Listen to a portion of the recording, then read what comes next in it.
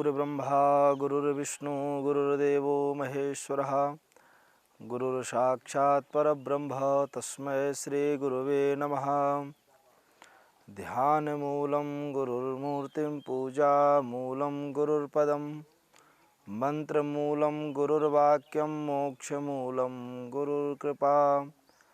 करचरणकृतं वा कायजं कर्मजं वा श्रवणनयनजं वा मानसं वा पराधं विहितमविहितं वा सर्वमेतत्क्षमस्व। जय जय करुणाब्धे श्री महादेव शंभो। त्रिपुर सुंदरी मैया की, यज्ञ नारायण भगवान की, मणिकूट धाम की, श्री त्रिपुरा धाम की। शिव शिव नमः पार्वती पतये हर हर महादेव। हरिओम। जो इस चैनल के माध्यम से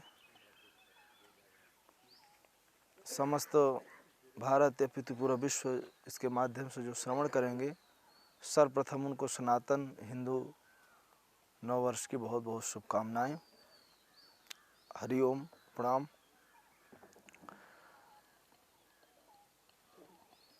परम पूज्य प्रातः स्मरणीय अनंत से समलंकृत जगत गुरु त्रिपुरा पीठाधीश्वर यज्ञ सम्राट श्री श्री 1008 श्री हरिओम जी महाराज का मैं शिष्य आचार्य शुभम हम आज आप सभी के मध्य एक नई आध्यात्मिक यात्रा, ऊर्जा और यज्ञ से संबंधित कुछ जानकारियां आप सभी के बीच रखेंगे। हम वर्तमान में उत्तराखंड की भूमि, जो देवों की भूमि है, और जहाँ पे ऋषियों ने तप तपस्या की, और यहीं सरस्वती के नदी के तट पर ऊपर बद्रिका आश्रम की ओर वेद व्यास जी ने पुराणों ग्रंथों का लेखन किया। कई ऋषियों ने यहाँ तप तपस्या की, जिसके लिए समाज के कल्याण के लिए। और यहाँ बद्रिका विशाल के रूप में भगवान बद्रीनाथ विराजते हैं, धाम के रूप में भगवान केदारनाथ और माँ गंगोत्री यमुनोत्री सभी के आशीर्वाद से यहाँ संपूर्ण जलचर नभचर थलचर जीवादियों का पोषण आदि होता है। उसी के बीच में परम पूज्य गुरुदेव भगवान की हम सभी के ऊपर महती कृपा है, और राजराजेश्वरी भगवती त्रिपुर सुंदरी की कृपा है कि अभी कुछ समय पहले कोरोना काल 2019 लास्ट में यहाँ भारत और आदि देशों में आया। तो जिस स्थान में हम बैठे हैं या परिकर है, ये स्थान के उस समय खोज हुई। पूज्य गुरुदेव भगवान का संकल्प रहा, जब से संन्यास जीवन रहा आपका, कि संपूर्ण भारत में अब तो बाहर देशों में यज्ञ का प्रचार प्रसार हो और यज्ञ से लोग जुड़ें, क्योंकि यज्ञ ही वही श्रेष्ठतम कर्म। अगर कोई श्रेष्ठ कर्म है इस भूमि पे, तो वेद कहते हैं यज्ञ से बड़ा कोई श्रेष्ठ कर्म नहीं है। यज्ञ की महिमा अगर बतलाया जाए तो यज्ञ की महिमा जो है वो वेदों से भी प्राचीन है, क्योंकि अग्नि मीले पुरोहितम जैसे सूत्र ऋग्वेद में लिखे गए हैं। यज्ञ की महिमा की बखान में वेद पुराण आदि सभी बखान करते हैं। यज्ञ सनातन धर्म का मूल रहा है। यज्ञ से ही भगवान श्री रामचंद्र जी का भी प्रादुर्भाव हुआ। यज्ञ से ही सृष्टि का पालन भी होता है, सृजन भी होता है और संहार भी होता है। यज्ञ अपितु एक सनातन, एक आध्यात्मिक ही नहीं, एक वैज्ञानिक भी है।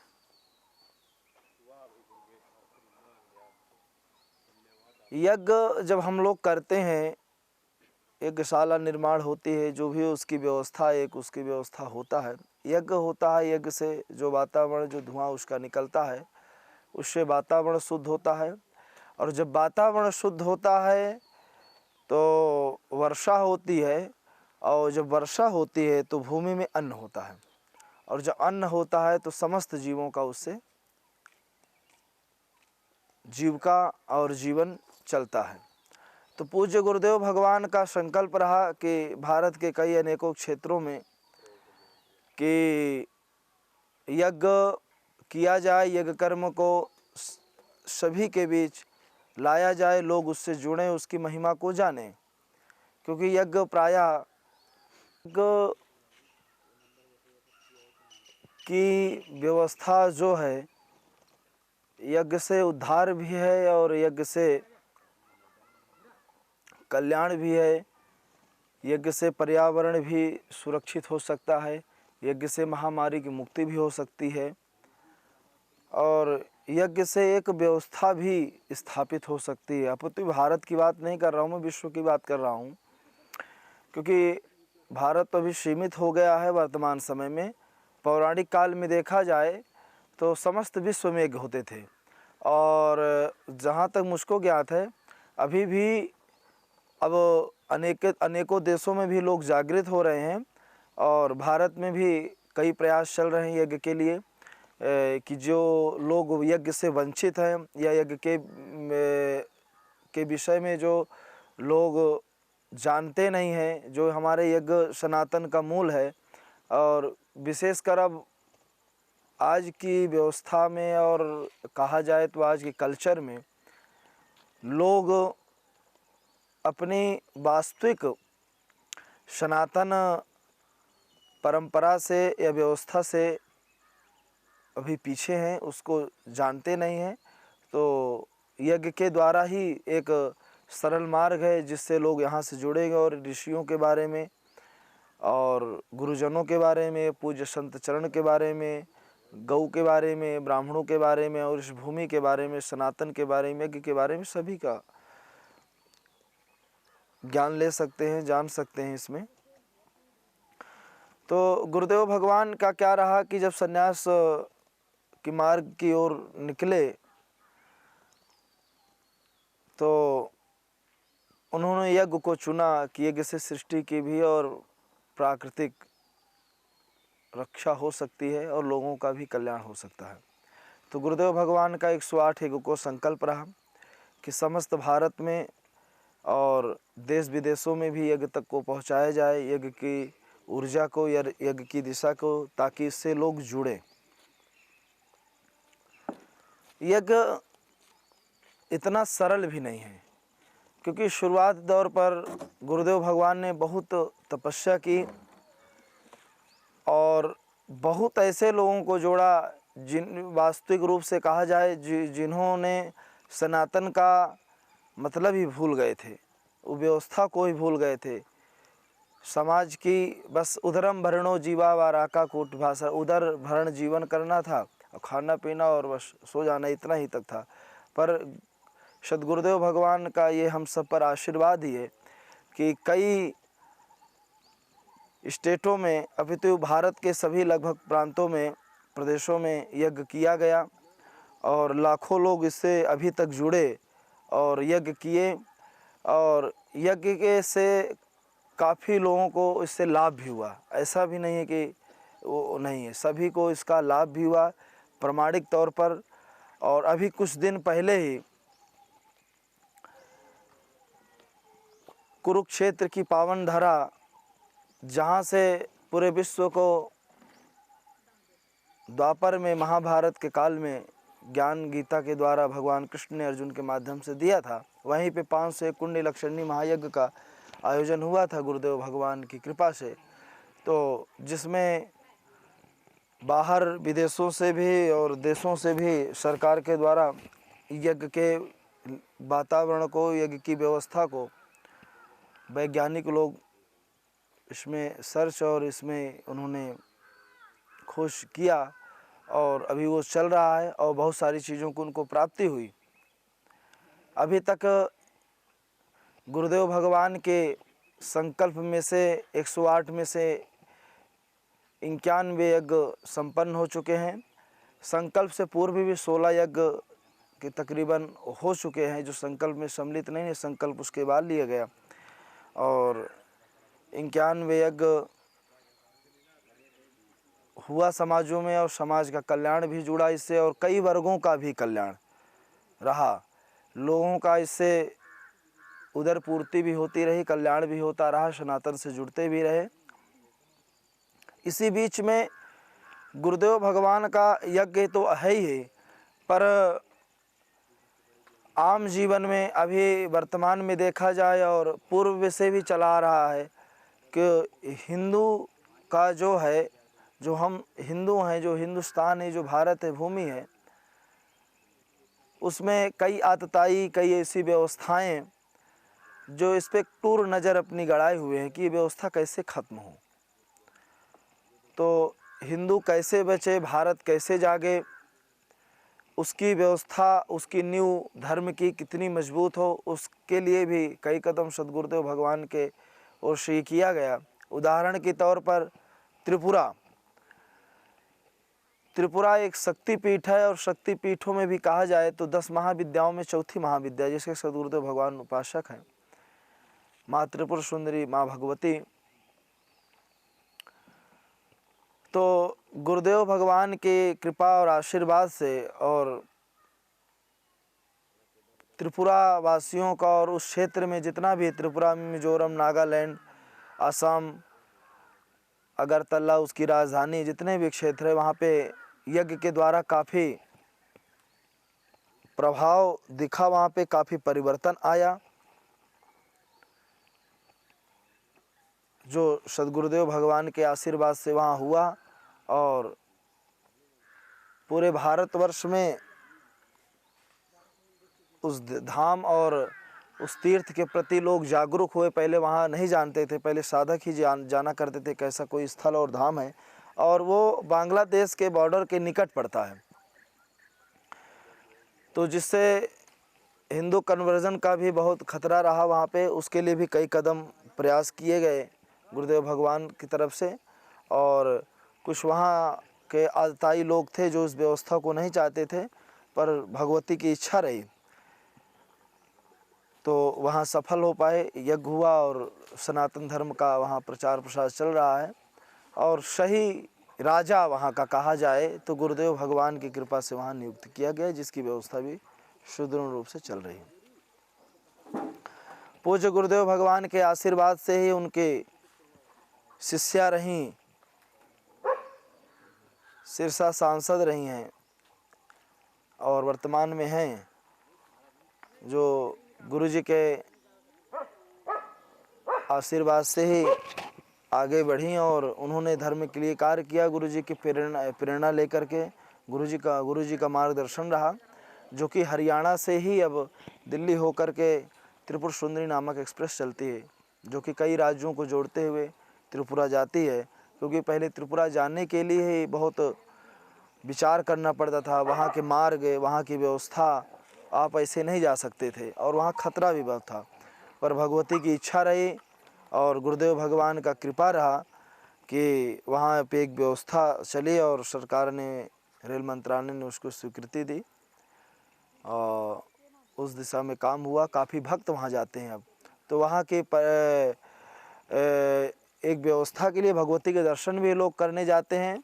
और वहाँ का जो अब हम पर्यटक स्थल बोलें उसको, वहाँ बढ़ावा भी होगा, लोग वहाँ जाएंगे तो वहाँ रोज़गार भी पैदा होगा और एक धर्म जागृत होगा। तो आते आते जब समस्त भारत ही नहीं विश्व पूरा परेशान था, मैं जो पूर्व में बताया कोरोना काल में, तो गुरुदेव भगवान आए इसी वन में और ये मणिकूट नामक पर्वत की खोज हुई, जो जिनका पुराणों में भी नाम है। और गुरुदेव भगवान ने यहाँ तपस्या की और तपस्या के प्रभाव से यहाँ भगवती आज विराजित हैं त्रिपुर सुंदरी के स्वरूप में।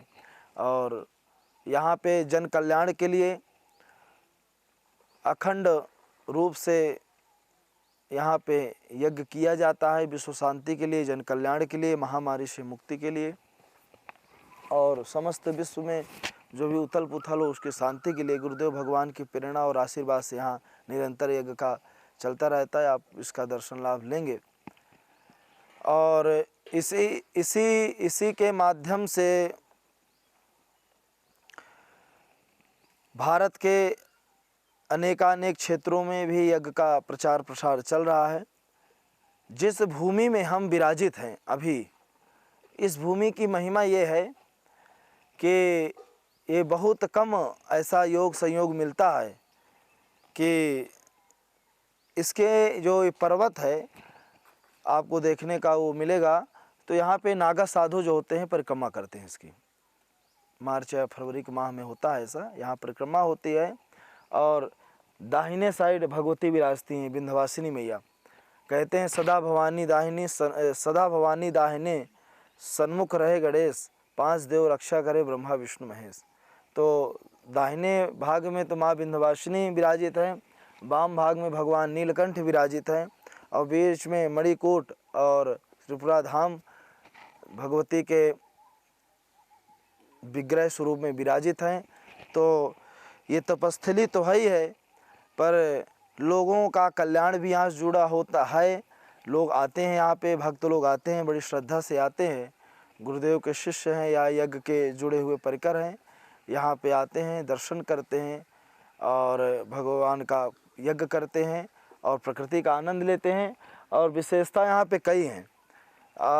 जो यहाँ पे जल आता है झरना इत्यादि से या नदी से, उसका नाम महादेव जल है। तो हम जो चर्चा कर रहे हैं यहाँ के जो जल है उसका भी नाम महादेव जल है। ये प्रकृति की सुंदरता है और भौतिकता यहाँ पे तो है नहीं, पर प्राकृतिक जो यहाँ की ऊर्जा है, जो आनंद है, जो अनुभूति है, ये एक अद्भुत है और ये हम सभी को प्राप्त हो रहा है। ये सद्गुरुदेव भगवान की बड़ी अत्यंत कृपा है और उनका तप है। अब ये स्थान आपने जाना और ये स्थान पड़ता कहाँ है? मैंने आपको पहले बताया कि ये उत्तराखंड में पड़ता है, ऋषिकेश जनपद लगता है, यमकेश्वर यहाँ का क्षेत्र है और नीलकंठ से निकट है रास्ता। यहाँ से नीलकंठ बहुत ज़्यादा दूरी पे नहीं है, 6 से 7 किलोमीटर की दूरी पे नीलकंठ है। और अगर हम रास्ता के द्वारा जाते हैं यहाँ से ऋषिकेश, तो यहाँ से 20-25 किलोमीटर बाहर ऋषिकेश है। हम ऋषिकेश से बैराज होकर के यमकेश्वर क्षेत्र में आकर के यहाँ पे दिवली गांव एक पड़ता है, नीलकंठ के निकट ही स्थान का नाम है। और स्थान का नाम जो है ये त्रिपुरा धाम, त्रिपुर सुंदरी धाम के नाम से मणिकूट पर्वत पर विराजित है और जिसका आप लोग आकर के साल में 12 महीना होते हैं, जिसमें 9 महीना आप लोग आ सकते हैं। 3 महीना यहाँ पे यात्रा बाधित रहती है। बरसात में जुलाई, अगस्त, सितंबर वर्षा यहाँ पे विशेष रहती है, तो रास्ता अवरुद्ध हो जाते हैं, जिसमें बहुत कठिन रास्ता है, पहाड़ी मार्ग से आना वहाँ सुलभ हर व्यक्ति के लिए हो नहीं पाता है। तो यहाँ पे अक्टूबर, नवंबर, दिसंबर, जनवरी, फरवरी, मार्च, अप्रैल और मई और जून, ये जो महीना है, आए यहाँ पे और सुंदर इस तपस्थली का और योग की भी भूमि रही है ये, और तप की भी भूमि है, भक्ति भी, ज्ञान भी, यहाँ सारी चीज़ों का प्रादुर्भाव होता है। और यहाँ पे यज्ञ का भी रहता है, हमेशा 12 महीना यहाँ पे यज्ञ होता है। कोई रहे या न रहे, यहाँ पे विद्वान ब्राह्मण आचार्य जो यहाँ पे रहते हैं वो यज्ञ करते हैं गुरुदेव के आशीर्वाद से। और हम सभी को गुरुदेव को जब साधना से या तप से और समाज से समय मिलता है, तो गुरुदेव भगवान का भी हम सभी को उनके मुखार बिंदों से दिव्य भव्य महाआरती करने का और सुनने का, प्रार्थना करने का भी सौभाग्य प्राप्त होता है। तो इस भूमि के ये दिव्य छटा है और अलौकिकता है। यहाँ पे गाय आप देख रहे होंगे पीछे, गौ माता है यहाँ पे। कोई स्वार्थ नहीं है यहाँ, निस्वार्थ भाव से, क्योंकि यहाँ पे क्या है कि बाघ भी आ जाते हैं, चीता, शेर, भालू हैं, हाथी वगैरह भी, क्योंकि ये जंगल है तो जंगल के जो प्राणी है, जीव हैं, वो तो है ही हैं, तो उससे इनको थोड़ा सा खतरा है। तो इनके लिए एक छोटी सी गौशाला का भी निर्माण कराया गया, जिसमें गौ माता आती हैं और अपना दिन भर तो अपने यत्र तत्र बिचरती हैं, चारा वगैरह, और सायंकाल इनकी अपनी विश्राम की व्यवस्था है, वो अपना रहते हैं यहाँ पे। और यहाँ पे कुछ रक्षक भी रहते हैं भैरव के रूप में। भगवती का स्थान, भगवान महादेव का भी एक सुंदर यहाँ पे प्रांगण है, हम सभी को दर्शन करने का सौभाग्य उसको प्राप्त होगा। और इस भूमि में ऋषियों का भी, विद्वानों का भी, संतों का भी आगमन होता रहता है, और भक्तों का विशेषकर हरियाणा, दिल्ली, पंजाब, छत्तीसगढ़, एमपी, यूपी आदि आदि सभी स्टेटों से, महाराष्ट्र आदि से सभी लोग यहाँ पधारते हैं। और हमारा आग्रह ये भी है सभी से, दर्शकों से, कि आप लोग भी आएँ और यहाँ की महिमा से जुड़ें और यज्ञ से जुड़ें, और ज़्यादा से ज़्यादा यज्ञ का प्रचार करें, क्योंकि मानव जीवन का अगर एक सही उद्देश्य है और पर्यावरण को सही उद्देश्य में बचाना है, तो उसके लिए हमारे लिए यज्ञ बहुत ज़रूरी है।